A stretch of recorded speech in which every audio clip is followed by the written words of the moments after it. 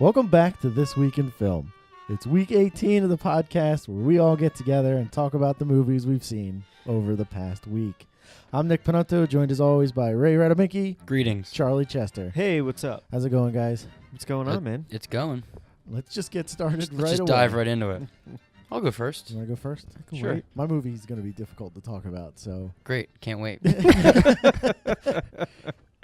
This week, I watched the Liam Neeson classic, NonStop.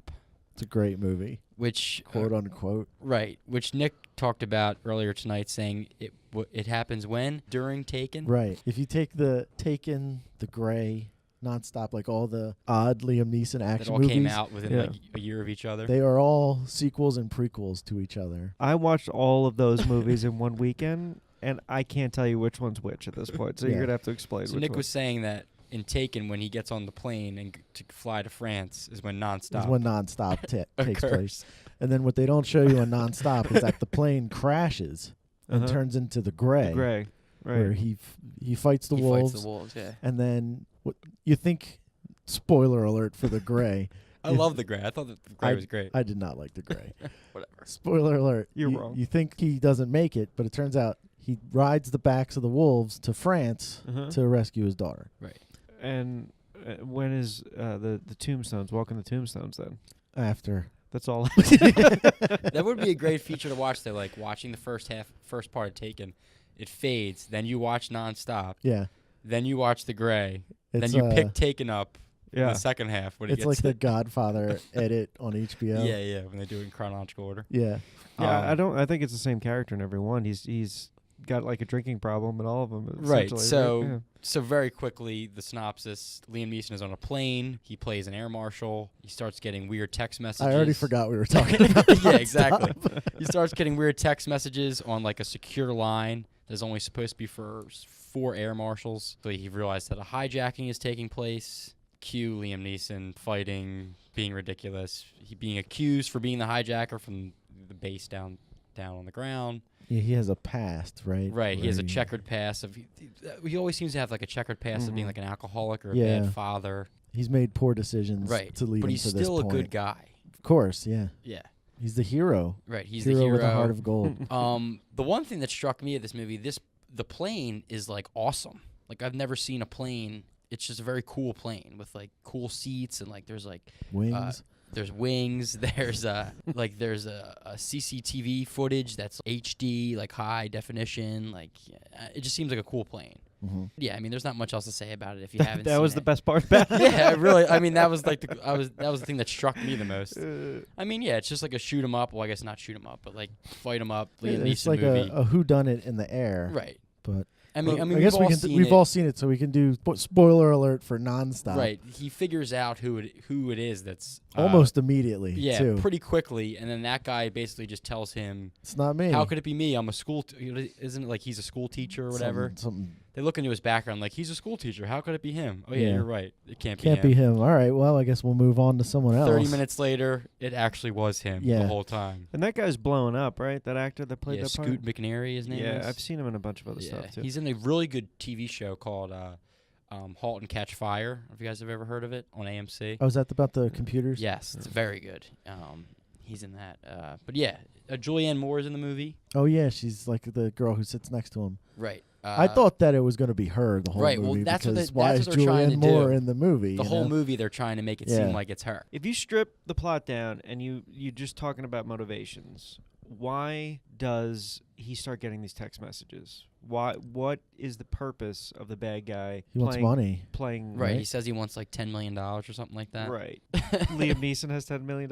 Like, why Well, is Liam Neeson getting these text messages? That's just your classic hostage movie, demanding money that clearly is not attainable. Like Yeah. that happens in movies all the time. I'm going to kill these people unless you get me 20 like in what's that movie with Denzel, Spike Lee, Inside Man. Damn it. Get me $10 million in a plane. Well, obviously they're not going to get you $10 million in a Right. plane. You know what I Right. mean? So obviously when they ask for money, there's a motivation behind it, like you said. But yeah, what is it? Yeah. It's never very clear. It just seems like the thing that's stringing us along is I think look what's- here because we're doing this over Right. there. I feel like It's the pretty movie obvious. the movie ended halfway through it, but the flight hadn't landed Right, yet. right. It's So like, oh, we're they're still still in in the the sky. Yeah, I've already solved the mystery. Yeah, so Oh. let's do something crazy now Yeah. to keep it going. Right. Like it doesn't. There's no proper motivations. I think if you started to really dive into it, you drive yourself insane. Right. Yeah. Yeah, I it's mean, one of it's those not- movies you gotta just keep. It's Yeah. entertaining. It's just watch it's it. definitely the kind of movie that was built for TBS at 4:00 in the morning, and Exactly. you'll watch it every time. Yeah. But yeah, go watch it if you haven't seen it. It's You'll have fun. definitely worth Yeah, seeing. you'll have it was, fun. It was fun. I saw this week the 2014 movie Predestination, directed by the Spirig brothers, starring Ethan Hawke and Sarah Snook. Predestination was very good. I really loved enjoyed it. it, and it's very difficult to talk about without spoiling anything about it. It's the kind of movie you need to go in as blind as possible when you go to see it. Yeah. And Charlie has seen it, but Ray has not. Well, I mean, you guys can talk about it. I was without very really spoiling. selfish about not letting you guys talk Civil War. Well, that's about to change. Yeah. Stay tuned for a special edition of This Week in Film. I'm gonna drop But, this mic. God damn it. So I wrote down some things that were spoiler free. The movie was very good. I mean, I don't really care if you guys want to talk about it. no, it's totally worth. All right. I mean, the movie. It's not about the twists, although there are some great twists, but you see him coming a mile away. Right. Yeah. But it's about the journey. Isn't it always about the journey? It is. Well, I mean, some people, like a Shyamalan movie, is all about the twist. Right. But basically, Sarah Snook is a woman who has a horrible life, and she tells the story of her horrible, horrible life. Mm-hmm. And the movie builds from there. You're selling it. Who does Nick, Ethan you were Hawke selling play? it. It's got, what's that? Who does Ethan Hawke play? Um, Is that a spoiler? He's a bartender. Great. So Well, here's the he's a time cop. Ethan Hawke is time cop. Okay. But he doesn't Does do that spoil any. something? Yeah, he doesn't do any kitchen splits or anything like that. Right. But he's a time cop, and he's trying to stop a terrorist act, and he basically has to keep retrying, like Groundhog Day kind of thing. Where he Like has to, that Tom Cruise movie. That was really good. yeah, kind of. Where every time he does it, he knows a little bit more about the mystery. Right. And this run through, Edge of he comes. Tomorrow. Yeah. So I've watched probably about 50 time travel movies over the past several months because it's something I'm working on.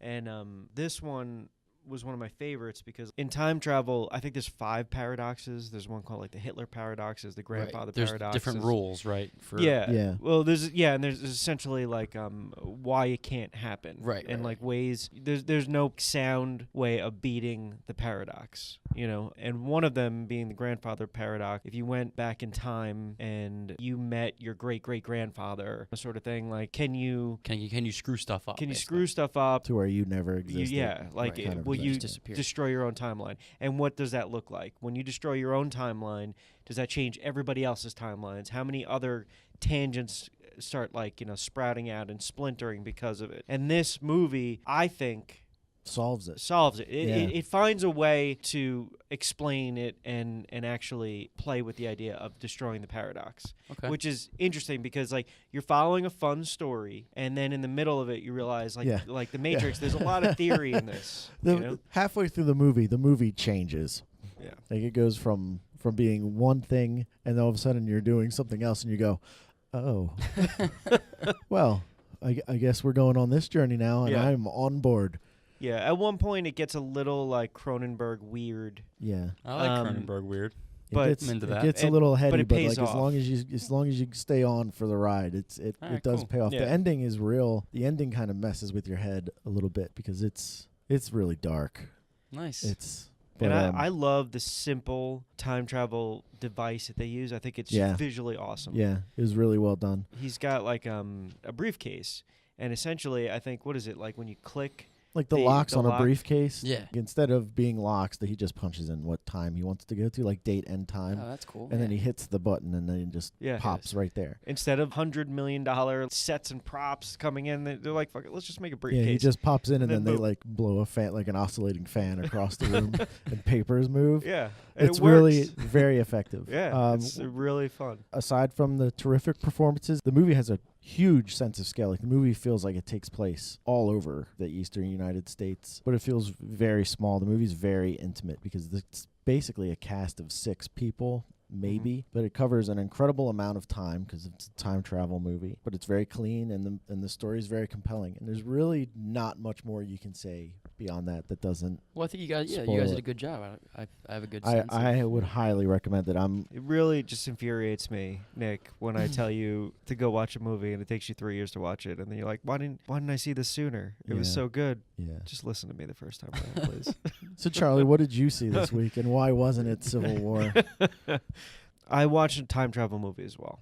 I finished my research finally by watching the last movie on my list for time travel, and it was Teenage Mutant Ninja Turtles 3. Nice. Turtles in Time. I hate this movie. They go back to Japan, right? Oh yeah. Yes. Feudal Japan, where man. shit is going down. I don't think I've ever seen this movie all the way through. Oh, it's great. And I was such a Turtles fan when I was a kid too. Well, Like, there the was first 2 movies. There was a I gap, loved. right, between 2 and 3. I don't even know. Yeah, there is. I think there was like a while because otherwise, why didn't I see it? Because I was all about Turtles 1 and 2, and then all of a sudden, how did I miss that? It must have been like a 5-year gap or something like that. It was. I don't know. I don't know if it was a combination of this movie's really bad or that switch had gone off where I went, I don't want to like these kid things anymore. They had Which the isn't full true cast. because I still like Ninja Turtles. Yeah, everybody returns, right? Yeah, everybody. Yeah, even well, I mean, Casey they recast Jones April comes O'Neil. back. They recast her in every movie, didn't they? No, in 1, it was I can't remember her name, and then in 2, She wasn't even in it, right? they recast her for 2. No, she was in it, and then it's the same girl from 2 that goes into 3. Oh, okay, I got you. So the actress from 1 is really bitter about it, I'm sure, because the role of a lifetime just slipped through her fingers. I don't know if you've gone back and watched the first one. It holds up. Like, Oh, that definitely. is a really good movie. It is. It's I very good. was looking today to see who directed it, and I was like, okay, this guy's gonna have like a huge roster of amazing movies because like it's such a good movie, and he fell off. That was it, man. Oh, yeah. that's a shame. It's 'cause amazing how it's dark. it's very dark. It's noir. It's like all at nighttime. The first one, but let's talk about 3 though. Let's keep talking about the first one.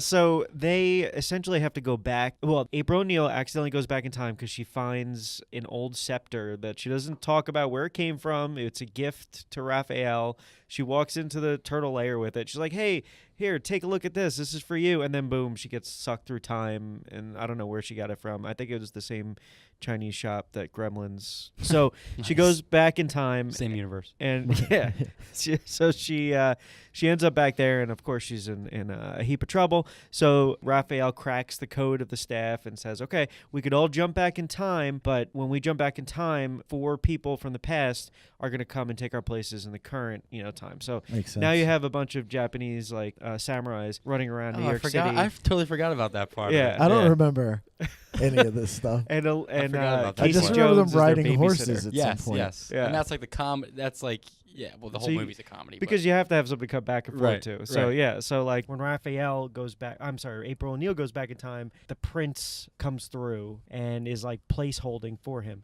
So when all the other turtles go back, Prince of Japan. the Prince of Japan, yeah. And then when all the other turtles go back, a whole bunch of samurais come in. So Casey Jones is tasked with babysitting samurais in New York City. So of course he takes them to the arcade Right, to of play course. video games. Where else would you go? Yeah, I can't think of any other good place to go. That's like Bill and Ted's, where Napoleon goes to the water park. He Yeah. goes to Waterloo. Right. And then Beethoven goes to the mall. Right, to play Or pianos. Mozart, Yeah. or whatever, yeah. So he's babysitting them, and back in Japan, they're all hanging out. There's some war about to happen, and they're kind of like trying to keep the peace while trying to get back to present time now that they found April O'Neil. So at one point, for no good reason, as if Elias Cotis, the actor who plays Casey Jones, who was my favorite of all time, as if his contract said, I need enough screen time to warrant being in this movie, he plays a second part. Oh, I in forgot the about past. that. Yeah. Yeah. Does he? Yeah, he Yeah. plays a double role. Yeah. And you would think it's like a relative of him, so they would say like, okay, so like great grandfather. Right. Right. No. No, it's just him playing another role for no good reason. I guess to, do some different acting styles and whatnot. And the turtles are considered demons by the people they run into. So I mean, they in kind all of play that fairness, up. they would be considered demons. Oh today, yeah. too. Oh, that is horrifying. Yeah. So overall, the movie is just peppered with jokes that have no build up. They're just punchlines. And it's awful. Cinematography is terrible. The acting is, whatever. So I looked up the director of it, and it ends up he never got a chance to do anything big ever again. He screwed the pooch with Teenage Mutant Ninja Turtles 3. I mean, he didn't really have much to work with. Yeah. But he was writer and director. Oh, of the okay. movie. Well, then he has no excuse. He could have Yeah. reinvented the franchise. Yeah, he has no excuse then. Did the turtles still look good? Or were the suits even worse? No, what's or- funny is that at points when they start taking close-ups, you could tell that there's been a lot of wear and tear on the Oh, costumes. God. They've been reused. Oh yeah, they for totally 3 reused movies. them. And there's a couple points where the animatronics of like Raphael as he's talking are slightly off, as if in a Chuck E. Cheese, and the animatronic like animals are just out of sync of what they're doing. You know what I mean? So there's a couple times he says something and then the mouth moves after he says it. Oh, jeez. You think they would have sunk it up in post? That's but so sad. So sad. yeah, it was pretty bad. All right. Well, Turtles in Time, right? Or got was it that the off my video list. game? That was the video game. Video game was pretty good. Or wait, or maybe it was the movie too. Yeah, Turtles in Time. Turtles in Time, the game. Teenage where you Mutant got Ninja to go Turtles through, 3, like, all the Turtles in different. Time. Yeah, so I guess It's it, like the it was a arcade game. companion piece. Let's talk about the game. That was fun.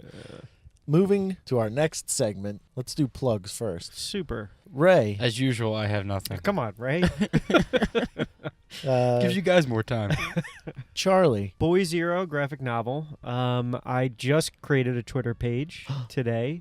Boy Zero comic. Have I'll I have to updated it follow or you. done anything to it? No, not yet. I'm working on that. Why would you talk I about don't it? It's But by the coming. time people look for it, it'll have it up. It's coming. Oh yeah, it's coming big time this week. Big launch. So yeah, Boy Zero comic, and I have 2 podcast interviews coming up soon. So I will let you guys know where those are going to be and where you can listen to them. Okay. Ray, can you tell us where everyone can find our show that they've already found? You guys can find us on SoundCloud, iTunes, Google Play Music, YouTube, Stitcher, Facebook, Twitter, and of course, thisweekinfilmpodcast.com. If you want to please rate, subscribe, review us on all the platforms that you listen to us, that would help us out a lot. And that brings us to everyone's favorite segment, Ray's Random Request. Last week's question, what was it? Garnered no responses. No, we got Oh, it was what got movie? What movie were you? Did you see late? Like was hyped up. You saw it late, and like what was your reaction to it? at Cumulative Hangover on Twitter said they love the Fast and Furious movies, but somehow missed Furious 7 last summer, and they couldn't believe it. And all those movies are solid gold. Jackie on Facebook says all the Pirates of the Caribbean movies and the Harry Potter movies. Now, I don't know if that means she hasn't seen. Well, maybe she saw them, but she saw them probably after the fact. Like Maybe. a binge session. Yeah, like a binge session, right? That's a lot of Harry Sounds Potter. weird. Binge session. And there's only one Pirates 3 dudes. binge sesh. Really close proximity. Yeah. Talking about a binge session. There's only one good Pirates movie worth watching. The They're first all terrible except for that first one, which is great. Each one of them solid 45 minutes can get cut from each one of them. Chris on the Facebook, he says he hasn't seen or didn't see for a long time Indiana Jones and the Last Crusade. And we know Chris, so it makes sense. I actually, confession, I didn't see any of the Indiana Jones movies up until like 5 years ago. No way. Yeah. Oh. What Never an saw them exciting as a kid. treat. But yeah, Yeah. that must have been a great weekend for you. Yeah, it really was. Those are fun movies. You should check them out if you haven't seen them. Brian says Action Jackson, the Carl Weathers classic. Oh my god. And then he tried to say Joanna Man, and I caught on to his act. Right. And Scott on Facebook says the Itchy and Scratchy movie, which isn't real, it's a Simpsons reference. I guess his dad wanted him to become Chief Justice of the Supreme Court. We all know where that got him. But Ray, what is this week's Ray's Random Request? This week. Gonna need to come up with a new name for this because I'm tired of saying No, that. I love it. Yeah, I mean, I love how you hiccup maybe we over ask it. the listeners if they want to give a new name for it. Hey, listeners, Suggestions. if you have a new name for Ray's Random request, we'd love to hear it. Can't wait to hear your responses. This week, question? the question going along with what Charlie talked about this week. What's your favorite time travel movie? Oh, that's a good one. that's Charlie very good. watched a lot, so he probably has a lot of my God. responses. Yeah. It's going to be a 45-minute episode next week. Can't wait. All right. Well, if that's all that we have to talk about this week, we will see you next week All in right. film. Goodbye. Goodbye. It's like climactic.